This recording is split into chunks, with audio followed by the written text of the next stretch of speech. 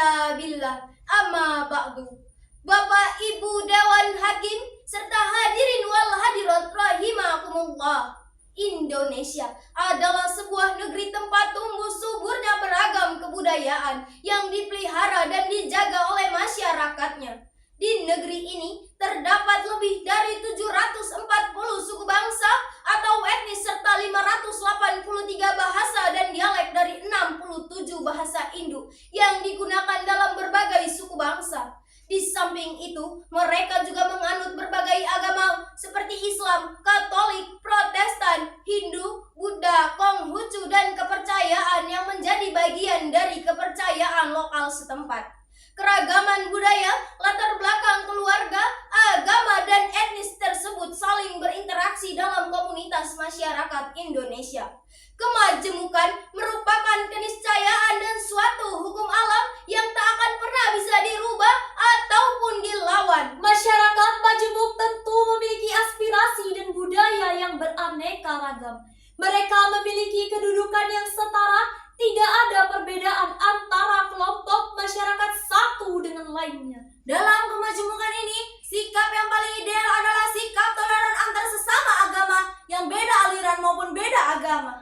Hal ini yang menarik bagi kami untuk mengambil judul syarahan Nabi Pengajar Toleransi sebagai landasan awal Allah Subhanahu wa Ta'ala menjelaskan dalam Al-Quran surat Al-Hujurat ayat 13 yang akan dibacakan oleh Qoryah kami berikut ini. A'udzubillahi minasyaitonirrajim. Bismillahirrahmanirrahim. Ya ayyuhan nasu inna khalaqnakum min dzakarin wa unsa wa ja'alnakum syu'uban wa qabaila lita'arafu. Inna akramakum indallahi atqakum. Innallaha alimun khabir. Aku berlindung kepada Allah dari godaan syaitan yang terkutuk dengan menyebut nama Allah yang Maha Pengasih lagi Maha Penyayang. Wahai manusia, sungguh kami menciptakan kamu dari seorang laki-laki dan seorang perempuan, dan menjadikan kamu berbangsa-bangsa dan bersuku-suku agar kamu saling mengenal. Sungguh orang yang paling mulia di antara kamu di sisi Allah ialah orang-orang yang paling bertakwa. Sesungguhnya Allah Maha mengetahui lagi Maha teliti. Hadirin wal hadirat yang berbahagia, dari segi balaghah, ayat tersebut bersifat kabar atau suatu informasi bahwa manusia diciptakan dari jenis laki-laki dan perempuan, bercorak suku, berlainan bangsa, semua memiliki harkat, derajat, dan martabat yang sama di hadapan Allah Subhanahu wa Ta'ala. Adapun asbab an-nuzul ayat ini menurut Ibnu Asyakir dalam kitab Muhkamat bersumber dari Abu Bakar bin Abu Daud bahwa ayat ini berkenaan dengan keinginan Rasulullah Muhammad SAW untuk menikahkan Abi Hindin, seorang wanita dari kalangan Bani Baidah. Bani Baidah berkata dengan sinis kepada Rasulullah SAW, "Ya Rasulullah, pantaskah kami mengawinkan putri-putri kami kepada budak-budak kami?" Rasul belum sempat menjawab pada saat itu. Jibril datang menyampaikan surat Al-Hujurat ayat 13 yang pada ayat tersebut terdapat kalimat li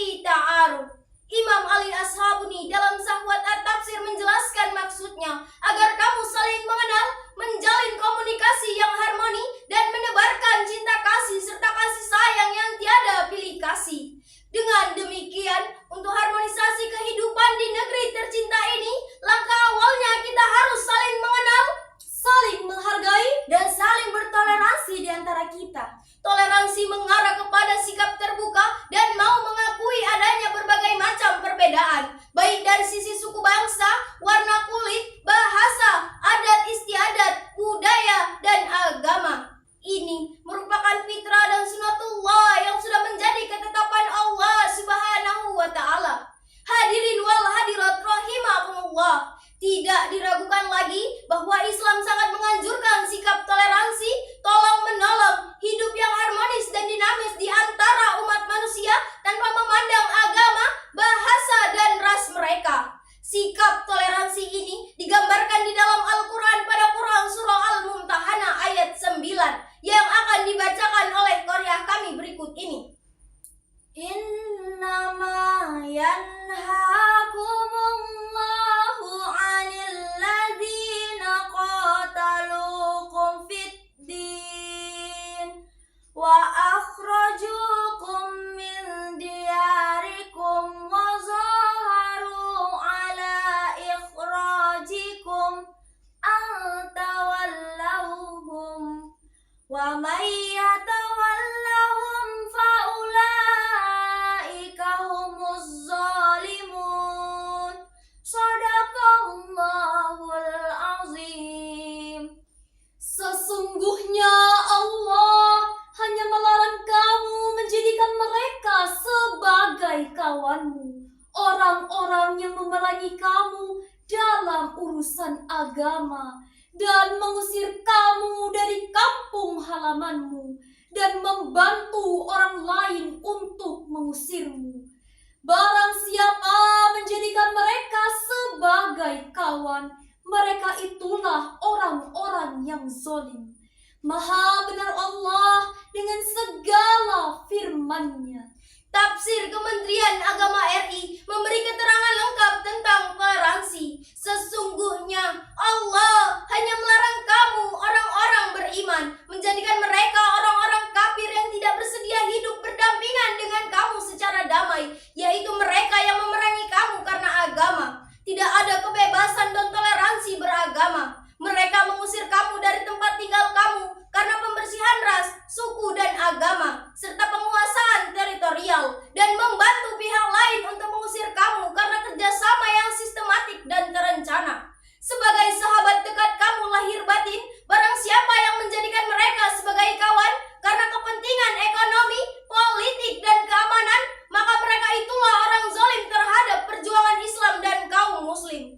Bahkan Nabi Muhammad SAW mengancam umat Islam yang memerangi non-muslim yang seperti ini dengan peringatan keras dan tegas untuk tidak memasukkan mereka ke dalam surga.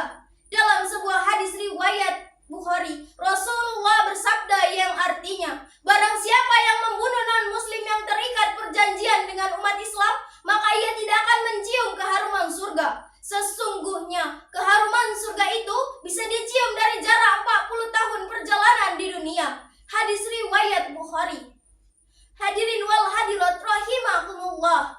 Dalam catatan sejarah diceritakan juga bagaimana santunnya Nabi ketika bergaul dengan orang-orang Yahudi dan kaum munafik ketika berada di kota Madinah pasca hijrah. Rasulullah tetap menerima sikap lahiriah mereka dan membiarkan para ahli kitab untuk memeluk agamanya dengan bebas. Bahkan beliau melarang para sahabatnya untuk memerangi dan menyakiti mereka.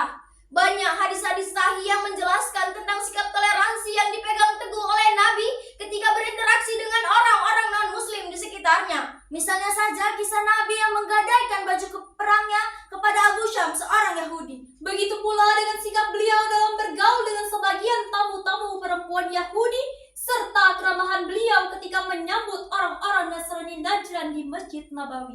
Sebagaimana tersebut dalam riwayat Ibnu Ishaq dan Ibnu Sa'ad. Namun, Ali Mustafa menegaskan bahwa sikap toleransi yang dimaksud di sini hanyalah dalam masalah keduniaan yang tidak berhubungan dengan permasalahan akidah dan ibadah. Hadirin wal hadirat rahimakumullah. Konsep toleransi dalam Islam berbeda dengan paham pluralisme yang digembar-gemborkan oleh sebagian pemikir muslim belakangan. Mereka menganggap bahwa semua agama bermuara kepada tujuan dan maksud yang sama. Bahkan mereka menganggap bahwa semua agama-agama yang ada dan pemeluknya akan masuk kita harus jeli dalam persoalan ini. Memang benar, Islam mengakui adanya dalil pluralitas dengan dalil firman Allah Subhanahu wa taala dalam surat Al-Kafirun ayat ke-6 yang berbunyi, Lakum dinukum waliyadin. Untukmu agamamu dan untukku agamaku. Ayat ini turun ketika sekelompok kafir Quraisy datang menghadap Nabi Shallallahu Alaihi Wasallam lalu mengajaknya untuk menyembah Tuhan mereka selama waktu 1 tahun, dan mereka pun akan menyembah sesembahan Nabi yaitu Allah Subhanahu Wa Taala dalam waktu 1 tahun. Lalu Allah menurunkan ayat ini sebagai penegasan bahwa Islam tidak mengakui ajaran-ajaran agama selain ajaran Islam sendiri, walaupun Islam mengakui keberadaan agama-agama tersebut.